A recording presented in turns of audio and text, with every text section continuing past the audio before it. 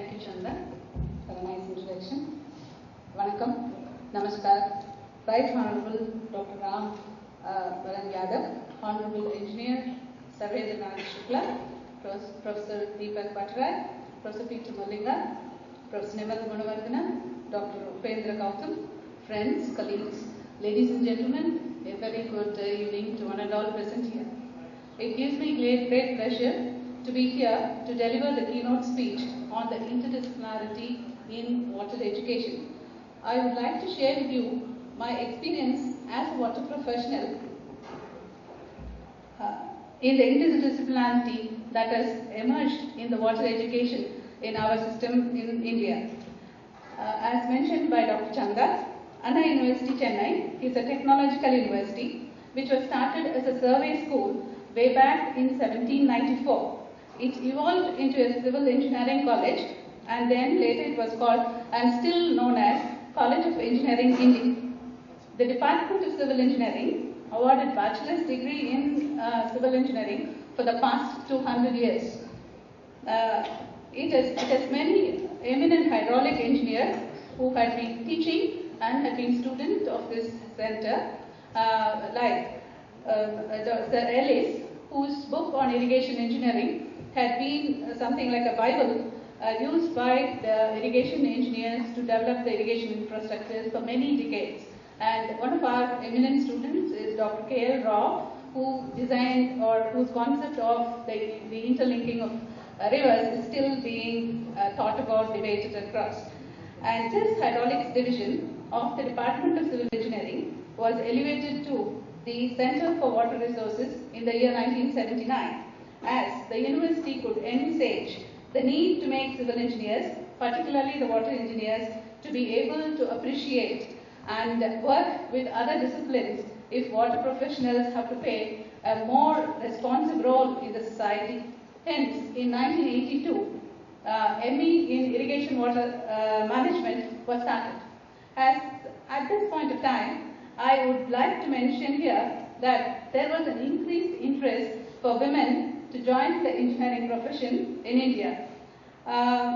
What used to be a handful of students across the several campuses, it turned out to be hundreds of students and now thousands of women joining this profession. This was possible because of the change in the policy of admission to professional education, including medicine. That is, the admission was through an entrance exam and not based on professional personal interviews. Women cleared this admission process in large numbers and enrolled in engineering education. This changed the career and job prospects for women engineers. It was during this time that I enrolled for a BE Agriculture and Irrigation Engineering program and graduated as the first woman agriculture engineer in the year 1984. As I was interested in pursuing a master's in interdisciplinary course at Anna University, joining Anna University was a turning point in my career as a water professional. Due to this excellent leadership that the university had, the Center for Water Resources was able to attract large funding from USA to strengthen this particular interdisciplinary course on irrigation water management. We had courses like irrigation sociology, agricultural economics, soil science and agronomy, which was introduced in the curriculum of IWM, which was revolutionary curriculum design in a technological university at that point of time. The faculty, who were mainly till that time were only civil engineers, were trained in the relevant institutions within and abroad, and so that they could teach this course of IWM. Again, to strengthen this course further, that is the interdisciplinarity in water education, the best and the bright students who graduated in IWM were encouraged to join as teaching research fellows to further refine this curriculum and also to develop modules for teaching IWM. I was one of them, so I was offered a TRF position, which helped me to continue my postdoctoral work and join as a faculty in CWR. At this time, at this juncture, it further strengthened the interdisciplinary study by inviting sociologists and economists who had working experience in the water sector. They were offered visiting professor positions, and later the university offered teaching positions. This transformed CWR into a full-fledged interdisciplinary center in water education in the whole of South Asia. The graduates from IWM also found placement in research institutes and teaching positions in prestigious IITs and NIITs. CWR's pioneering efforts led to the evolution of some of our courses in water education.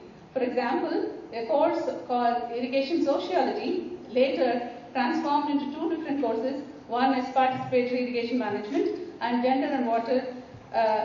These were the steps in the right direction. This was again possible through a project on tank modernization using this Participatory Irrigation Management technology funded by Ford Foundation, about which many of the distinguished delegates here will be aware of. Hence, CWR continued its trace in interdisciplinary water education well into the 1990s, with many women joining the program on completion, went on to complete their PhD. Until date, though we have 40 PhDs completed from the center, more than 50% are women. By the turn of the century, with the UN's Millennium Development Goal emphasizing the need for safe drinking water, sanitation, food security issues, CWR's effort in interdisciplinary water education remains relevant and important. At this juncture, I was nominated to attend the first DOT organized by the World Bank at University of Nishatu at Switzerland in 2004. The outcome of this participation is the introduction of integrated water resource management as one of the courses in our curriculum. This also developed into a partnership in the South Asian University with South Asian universities such as PGIA. At this time, CWR was invited by Saki Waters, headed by Dr. Puja Molinga, to develop the Crossing Boundaries project. And this initiative is based on our strength. This invitation was based on our strength as an interdisciplinary center which has large women professionals with it as faculty, as research students, as graduate students, etc. The Crossing Boundaries project was awarded in the year 2005, which brought five partners, institutes in South Asia together, and we've been working very successfully till this time. So the introduction of ME in Integrated Water Resources Management was started in the year 2006. The curriculum involved courses on gender and water ecosystem, water law and rights. I should mention here that CWR has developed expertise in these areas. It has faculties and research scholars working in this specific area. So by the time CWR's interdisciplinary strength has grown. The course in IWRM, which has a South Asia perspective, it has received good response from our students. The Crossing Boundaries project provided this Shava Fellowship for the ME and PhD students, particularly women, only women in our case. We find that the Shava Fellows and the graduates are able to contribute to the water profession. Some of them, after graduation, work in the transboundary issues. Some are with the research and policy making arms of the government agencies. Many find positions in the academics. I am proud to mention here that now the IWRM course is a part of our BE curriculum also, and it is being taught in over 100 engineering colleges which are affiliated to Anna University of Technology in Tamil Nadu. Now, our mission is in the interdisciplinarity in water education is to strengthen the curriculum further, develop modules and case studies relevant to South Asia. This aims at demonstrate the strength of IWRM to policymakers in the Indian context and also the South Asian context. CWR will strive towards including governments and NGOs in our initiatives to strengthen our partnership in the interdisciplinarity in water education. We have already initiated collaboration with NGOs like Tamil Nadu Women's Collective, Dan Foundation, Women Development in Tamil Nadu, etc. the interdisciplinarity in water education, initiated by CWR in 1980s, has sustained and bloomed and is relevant even today, and it is suitable for the South Asia and beyond.